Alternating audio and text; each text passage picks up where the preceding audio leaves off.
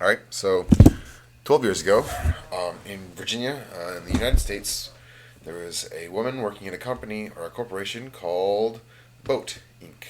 Boat Inc. was a financial floating investment company, which means that they float people money when they're starting to run out. So that's what called Boat Inc. Right? Boat Inc. Basically, what Boat Inc. does is it takes corporations or individuals or businesses that are about to go out of business and liquidate their assets and keeps them afloat. That's what's called Boat Inc. Lila, she's working as a low-level manager in one of and the office tower that belongs to Boat Inc.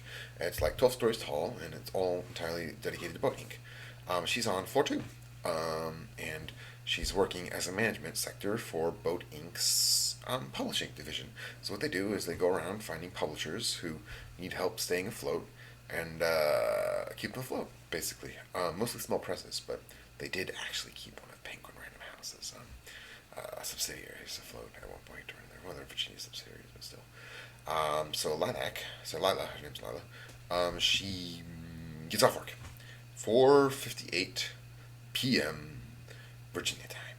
She gets up from her desk, looks around, packs her stuff. At 4:59, her manager comes in and says, "Lila, you've got 1 minute left on the clock. Do not leave until that 1 minute is off the clock." And Lila says to him, "Boss, you can't leave until I leave." And the manager says, "Oh, I can't I?" And Lila sits down, stares at him as a man for the next 5 hours. She sits in her desk, just staring at him. And the manager gets very uncomfortable over the next 4 hours. Like every 15 minutes or so, he tries to start a conversation with her. She goes, "Yep, mm-hmm, mm-hmm, yep, mm-hmm, mm-hmm, yep." And finally, after 5 hours, he says, "Look, Lila, I'll let you leave a couple minutes early every day if you just don't pull that one on me." And she sits there for another hour, give him the itches, the willies, right? Because he's missing the dinner, he's missing the show, he's missing everything. And finally, Lila stands up and says, "It's almost 10 p.m., right? When's the last bus home?" And the manager says, "Oh shit, last bus home was at 9 p.m. because he takes the bus home." And he says to Lila, "I know you drive a car." And Lila says, "Mm-hmm. Can you please give me a ride home?"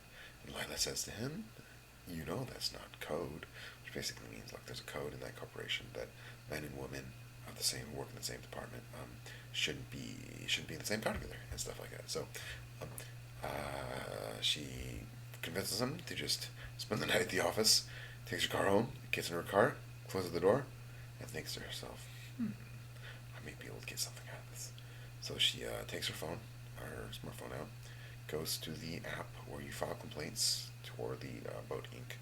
HR department, and she files a complaint and says, "My male manager kept me behind for 5 hours and attempted to romance me," was what the letter said. Okay, 2 days later, the manager comes in and says to Lila, "Why did you tell HR that I kept you behind like that?" She says, "You kept me behind like that, didn't you?" And the manager says, "Yes, I did. I apologize. Please go to HR and fix this." And Lila says, "Look, if we switch jobs, I'll do it for you." And the manager says, "Sure." And Lila switches jobs, the manager. And 2 days after they switch jobs, everything goes through, everything's clear, they're happy with it. The manager defended himself, and Lila goes up to the CEO of the company on the 7th floor and steps right into his room and says to the CEO, "You're doing stuff wrong right now." And the CEO knows that Lila filed that complaint, and he's kind of scared that if he rejects her now, she'll file another complaint against him. And the CEO says, "Sit down, Lila." And the CEO sits down across his desk from Lila. He's like, "What do you want right now?" He checks his notes, Lila. And Lila says to him, "I want a promotion." And the CEO says, "Why?" And she says, "I believe I can bring this company to good places." And the CEO says, "Sure. How about this?" He always does this.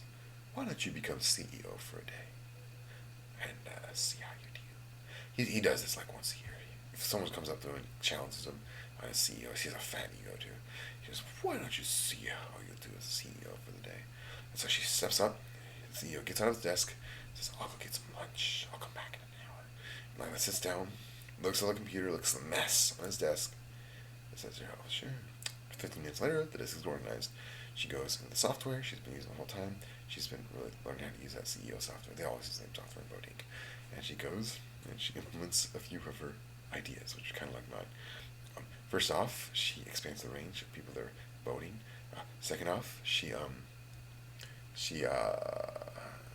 changes up the hiring structure so that they hire people who are good. She does a lot of changes like that, small little changes that CEO should have probably made. And about half an hour, 15 minutes later, she sent like 50 memos or something in those 15 minutes. She says, "Hi, I'm the new CEO, Lila," in those messages.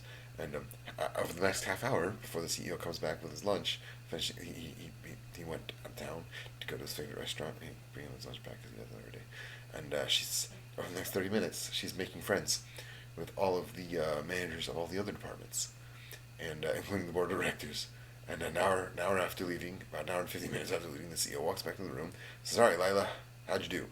Lila turns the computer around, and the entire board of directors has voted him out as CEO and has voted her in as CEO. That's how Lila became the CEO of Boat Inc.